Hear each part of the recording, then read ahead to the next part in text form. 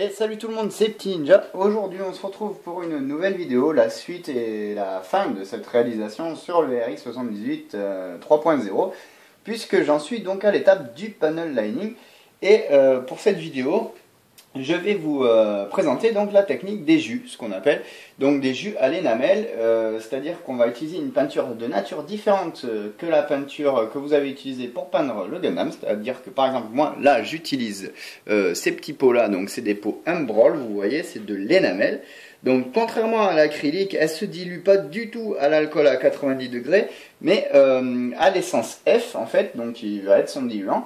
Et en fait c'est ça qui va vous permettre donc de faire votre panel line, de corriger vos erreurs avec l'essence F pour effacer les bavures ou les traces que vous allez laisser, et qui vous permettra d'obtenir donc un résultat propre sans attaquer l'autre peinture, donc c'est-à-dire la peinture acrylique, celle que vous avez mis juste avant. Voilà, donc ça c'est bien important d'utiliser une peinture de nature différente avec un diluant différent de la peinture de base, puisque sinon forcément quand vous allez enlever vos tâches, ça va enlever la peinture aussi.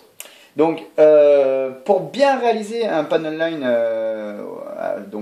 avec les jus, avec la technique des jus, ce qu'on appelle, il faut que vous vernissiez, je vais y arriver, hein, que vous vernissiez votre kit au vernis brillant, hein, pas comme moi, parce que moi là j'ai verni en mat, comme un andouille là, puisque j'avais pas de toute façon j'avais pas de vernis brillant.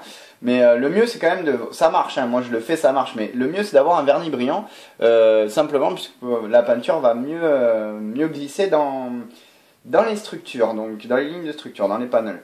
Donc ça marche quand même, mais le mieux c'est de faire sur du vernis brillant. Pardon. Ensuite, pour le jus, donc je vais vous parler un peu du jus.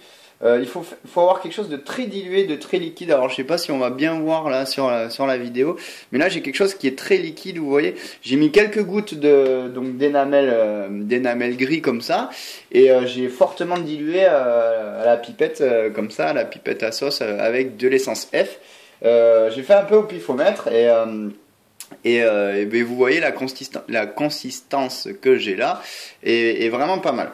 Voilà. Ensuite, j'ai un autre petit bocal avec de l'essence F qui va me permettre, avec mon coton-tige, de venir essuyer donc les erreurs de panel line ou d'enlever les bavures. Voilà.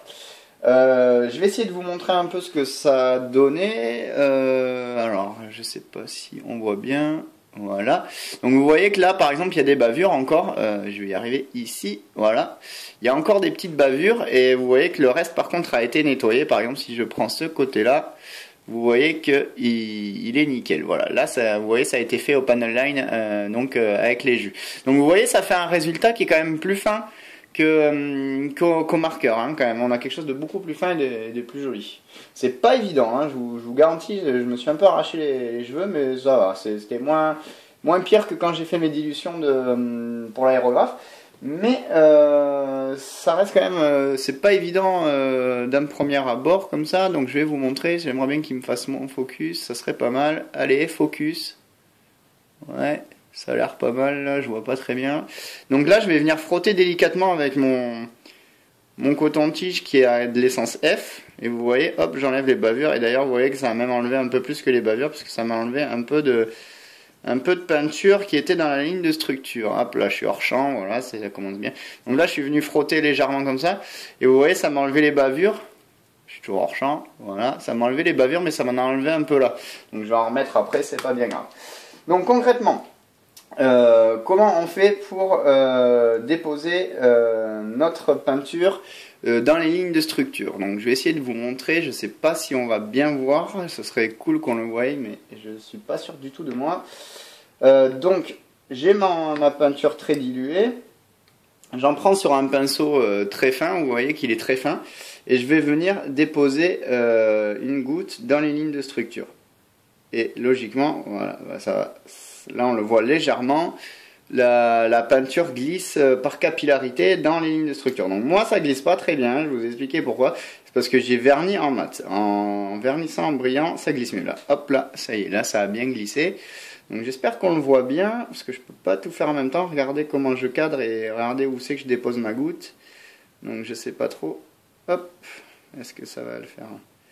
Vous voyez, il y a des endroits où c'est pas terrible, mais ça c'est dû à mon vernis qui n'est pas brillant et donc c'est pas top. Je vais essayer de vous montrer sur une autre ligne de structure. Ça devrait marcher puisque tout à l'heure j'ai vu que ça, en fonction des lignes de structure, ça marchait bien. J'ai essayé de me mettre bien dans le champ et on va voir. On va tester celui-là. Hop, non, ça veut pas. Voilà, vous comprenez pourquoi il vous faut du vernis brillant à tout prix. Moi j'arrive à me débrouiller sans, mais je vous dis c'est pas facile. C'est vrai que ça glisse mieux quand on a du vernis brillant que du vernis mat. On va essayer ici. Tac, voilà, là ça l'a bien fait, j'espère qu'on le verra bien dans la vidéo. Vous voyez que ça glisse par capillarité, tout simplement. Voilà. Déposez une petite goutte et par capillarité vous allez remplir les lignes de structure. Donc après vous pouvez baver un peu grossièrement comme je fais là, hein, c'est pas très propre.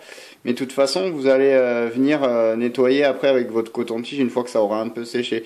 Alors il faut pas se précipiter, hein, parce que c'est le truc qu'on a tendance à faire. On se précipite, on nettoie sa pièce et qu'est-ce qui se passe? Et bien en fait, on nettoie tellement bien qu'il n'y a plus du tout de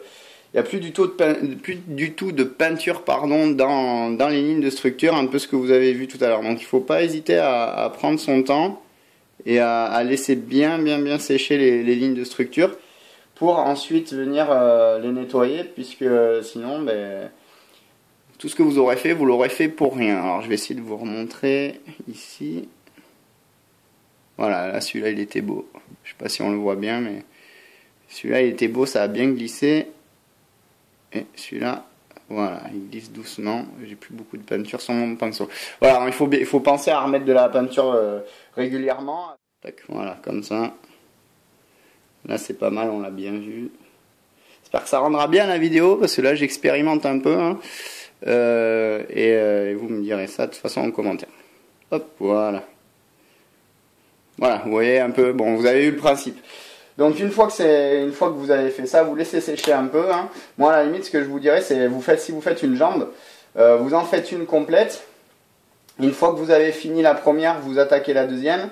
Et quand vous avez fini la deuxième, vous commencez à nettoyer la première, tout simplement. Moi, c'est ce que j'ai fait tout à l'heure avec les bras, par exemple, et ça a bien marché. Voilà.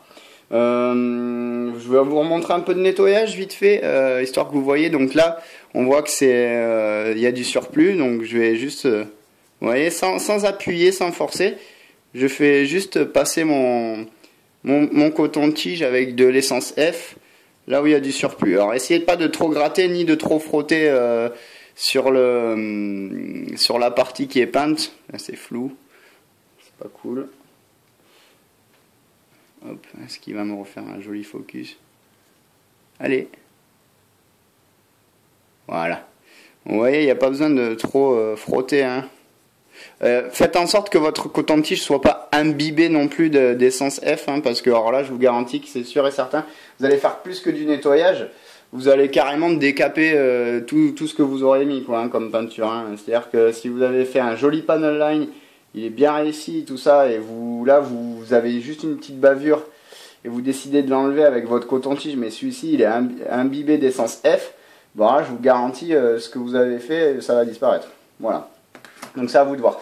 Donc moi principalement, je vais vous parler un peu de ce que j'utilise comme peinture. Donc là j'ai que 3 pots pour l'instant.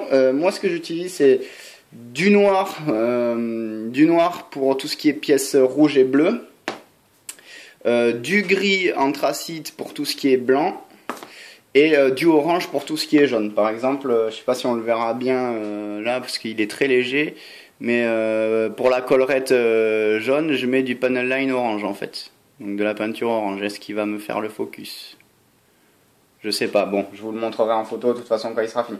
Donc voilà, vous prenez donc une peinture de nature différente de la peinture que vous avez utilisée. De toute façon, en général, on utilise de l'acrylique pour le plastique. Donc vous prenez de l'énamel, ça coûte pas bien cher, ça se trouve assez facilement. Vous avez LR, Umbroll, il me semble. Le mieux c'est Umbroll, il me semble. Vous diluez ça fortement, pas trop non plus, parce que si c'est trop liquide après, vous allez pas avoir ça sera pas assez foncé en fait, la nuance sera trop claire et ça ira pas. Moi c'est ce qui m'est arrivé hier quand j'ai essayé. Et vous diluez ça et vous déposez comme je vous ai montré, ça glisse tout seul par capillarité, vous nettoyez et c'est fini. Il n'y a plus qu'à vernir, à déposer les décals et c'est fini. Voilà. Donc j'espère que ça vous aura aidé, j'espère que ça vous aura plu. Si vous avez des questions, vous les posez en commentaire. Si vous avez des suggestions ou des remarques à me faire, vous n'hésitez pas aussi en commentaire à me le faire. Vous vous abonnez si ce n'est pas le cas, vous mettez un petit j'aime si ça vous a plu et surtout vous partagez pour qu'on soit de plus en plus nombreux. Je vous remercie les amis, je vous dis à très bientôt, salut!